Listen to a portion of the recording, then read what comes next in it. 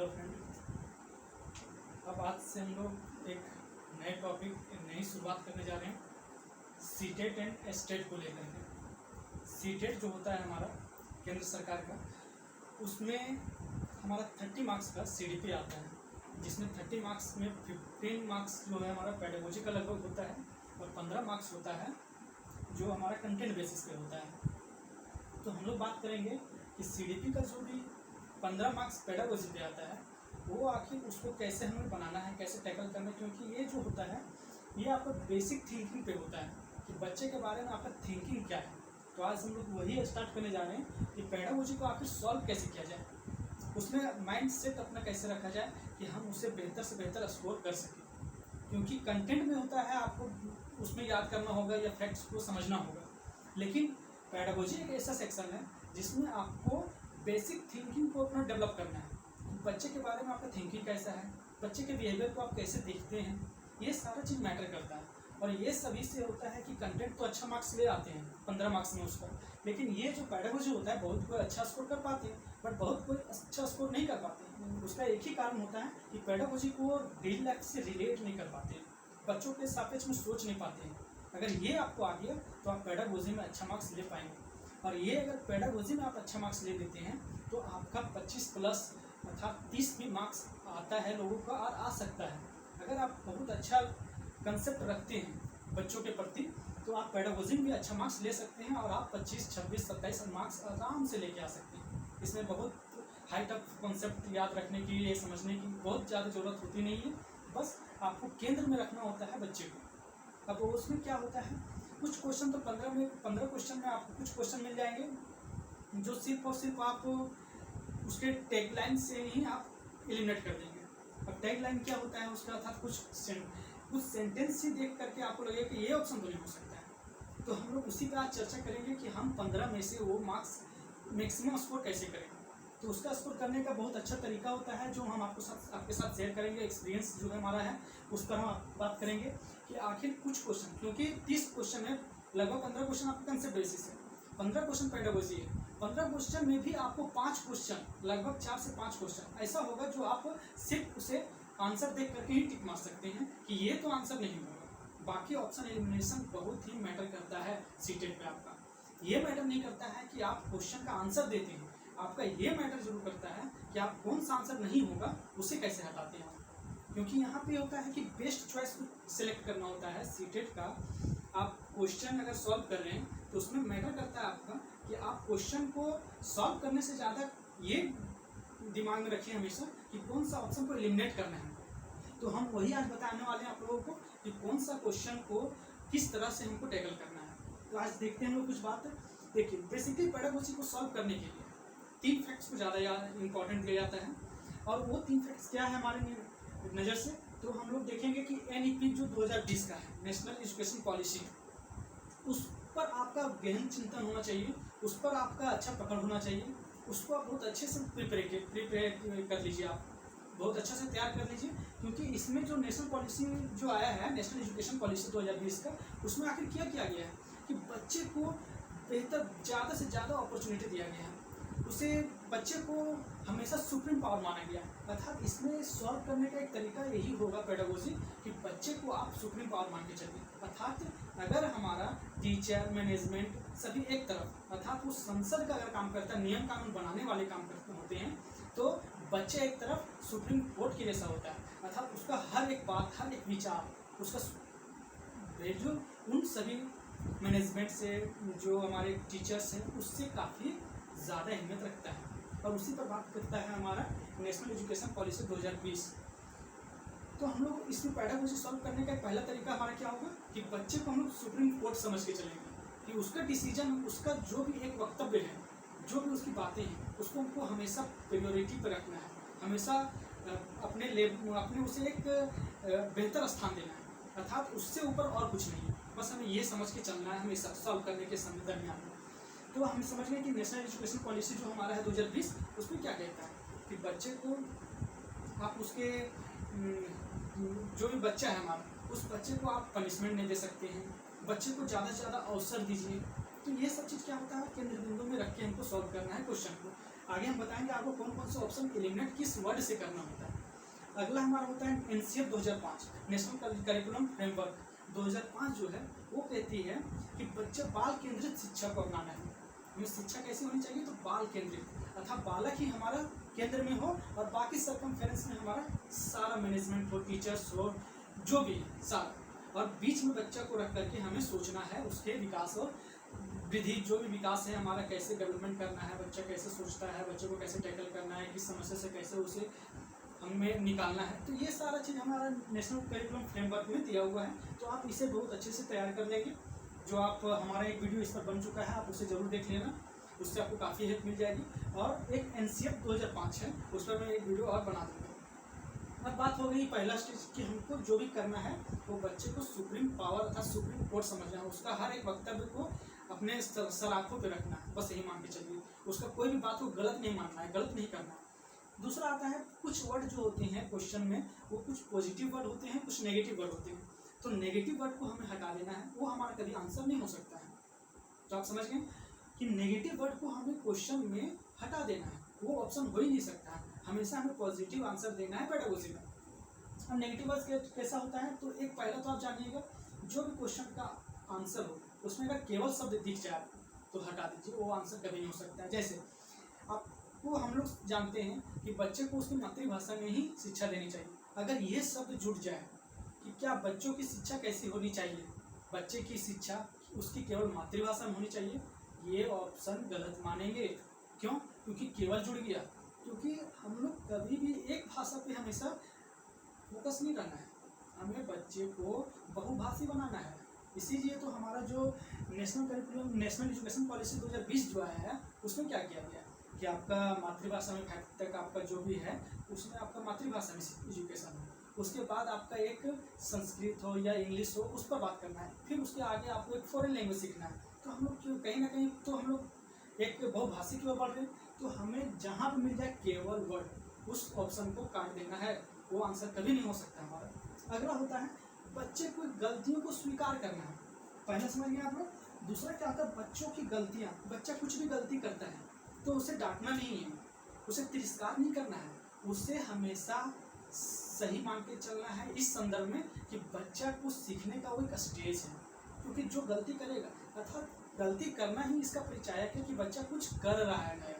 अब बच्चा कुछ करेगा ही नहीं तो गलती तो ना होना स्वाभाविक सी बात है। अगर कुछ करेंगे ही नहीं तो फिर गलती कहाँ से होगी। इसलिए कुछ करने का निशानी ही होता है कि गलती हो। कोई काम में परफेक्शन तभी आता है जब उसकी शुरुआत अब करना शुरू करें। और जैसे कि आप थॉमस अल्वा एडिसन का भी बात समझ लें, उन्होंने जब बल्ब बनाना शुरू किया तो 1000 बार 999 बार उसका गलत ही हुआ डिसीजन, बल्ब नहीं जला, लेकिन 1000वां बार जला। तो 999 बार क्या उसका डिसीजन गलत था ना, तो वो गलत डिसीजन के आधार पर ही 1000वां बार वो सही आ पाया।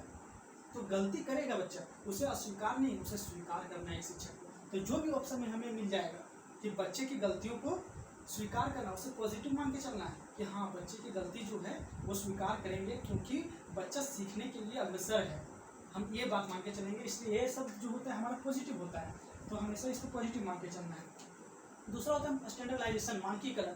कोई भी चीज़ को स्टैंडर्डाइज नहीं कर देना है कि हमारे एक निश्चित फॉर्मेट हो उसी पर बच्चा चलेगा। जैसे आप लोग देखते होंगे कि हम लोग जो 10th में जो आंसर राइटिंग लिखते थे, हम लोग दिया हुआ था 3 मार्क्स का 5 मार्क्स का जो भी रहता था, तो उस पर लिखा रहता था कि बच्चे अपनी स्वयं की भाषा में उत्तर दें।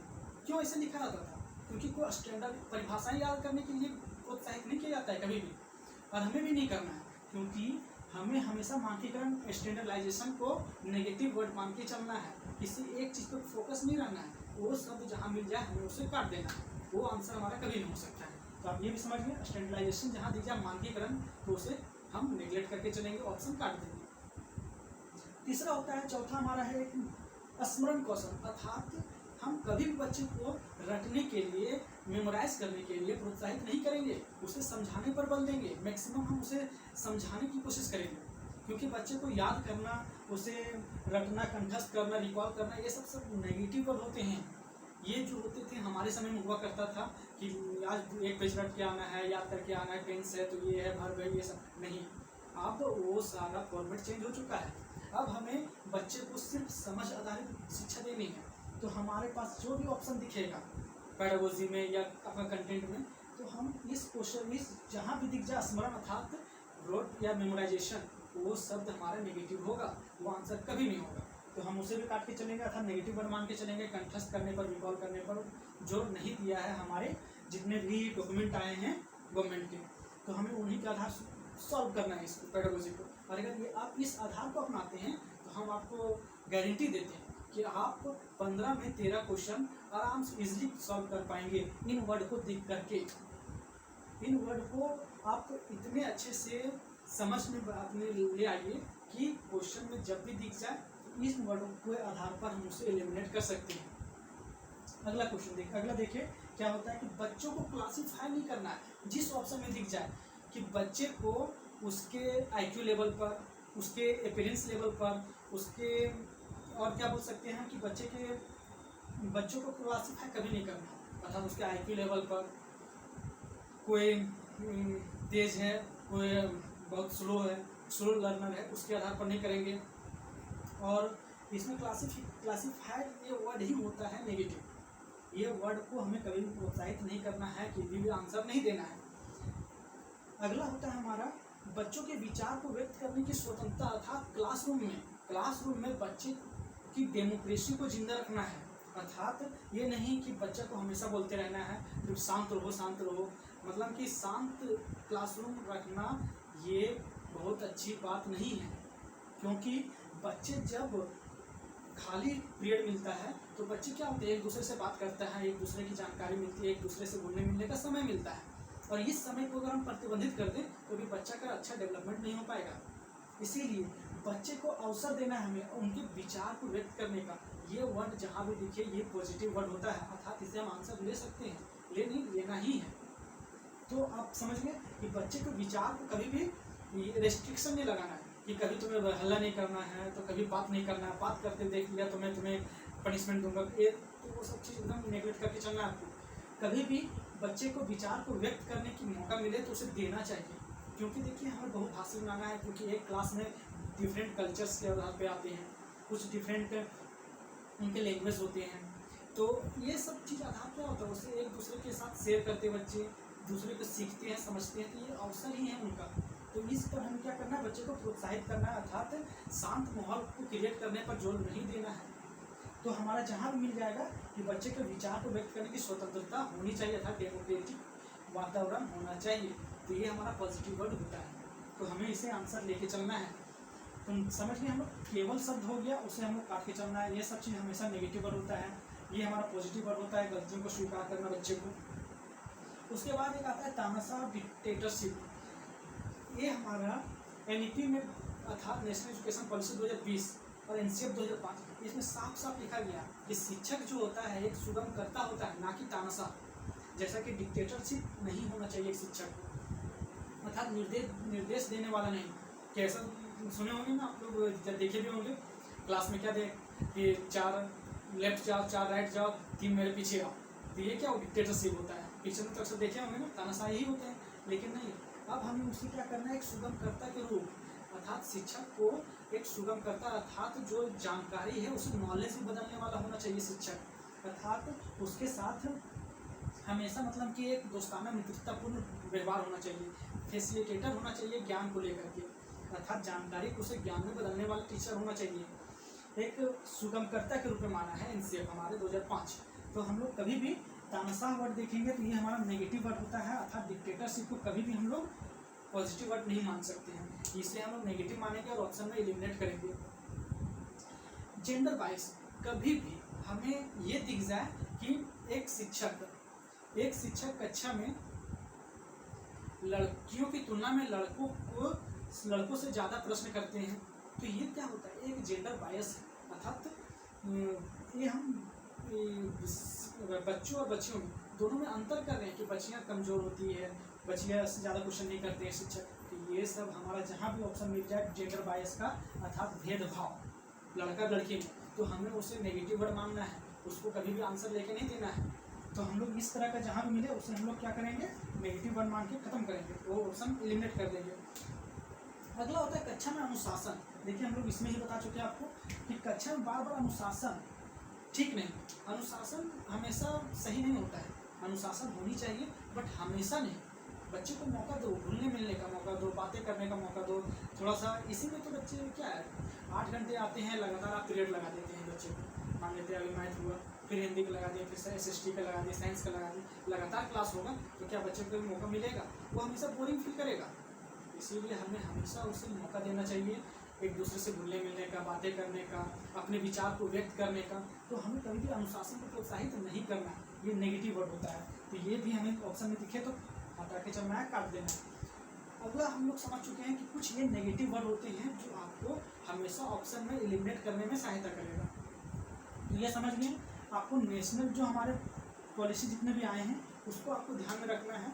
जैसे नेशनल एजुकेशन पॉलिसी 2020 हो गया, इनसे 2005 हो गया, इनके आधार पर आपको आंसर देना है।